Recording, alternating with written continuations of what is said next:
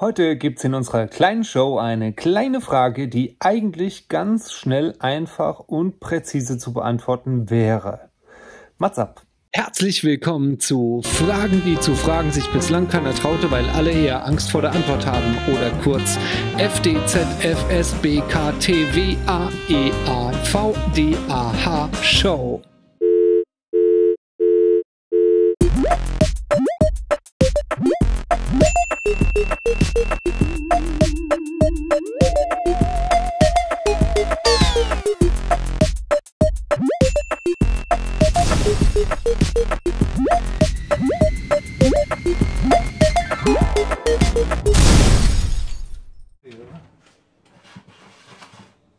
Hallo, was glaubt ihr? Welche Hausarbeiten hassen die Bandmitglieder am meisten? Aber gleich der Erste versteht die Frage leider falsch. Harry? Die Frage sollte eigentlich lauten, gibt es überhaupt irgendwelche Hausarbeiten, die ihr nicht hasst? Also zumindest geht es mir so. Ich kann da sagen, was ich nicht hasse, das ist Fensterputzen. Das mache ich nicht gern, aber habe damit sehr wenig Probleme. Das ist okay. Der Zweite gibt völlig ungeniert zu, aus was für einem weichen Holz er eigentlich geschnitzt ist. Vollkommen rockuntypisch. Michel, bitte. Eine gut gestellte Frage, was mache ich nicht gerne im Haushalt?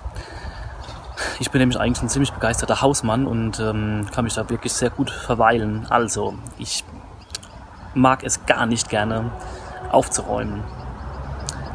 Also wenn dann fast alles wieder aufgeräumt ist und alles seinen Platz findet, dann ist es auch schön und gut, aber sobald der Platz erst gefunden wird oder erfunden werden muss, dann mache ich das nicht gerne. Der Dritte. Was ist rot und schlecht für die Zähne? Ein Ziegelstein.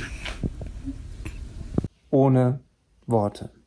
Zum Glück gibt's wenigstens einen einzigen in der Rumpelbude, der halbwegs gerade Sätze sprechen kann und irgendwie verstanden hat, um was es bei der ganzen Sache geht. Monchi, bitte rette uns. Also die Frage ist wirklich einfach. Christoph hasst Straßenkehre, weil die Straße, wo er besitzt, also die, wo er kehren muss, sind mindestens 300 Meter lang. Harry hasst Fensterputze, weil das Haus, was der hat, das riesige Haus, die Fenster zu putzen, das macht keine Sau freiwillig. Da der Michel gern geschminkt vor die Haustür geht, bringt er sicherlich nicht gern den Müll raus. Und der Alex, das weiß ich 100%, kann nicht kochen, weil seine Frau kann so gut kochen und er nicht. Und er hasst auf jeden Fall das Kochen.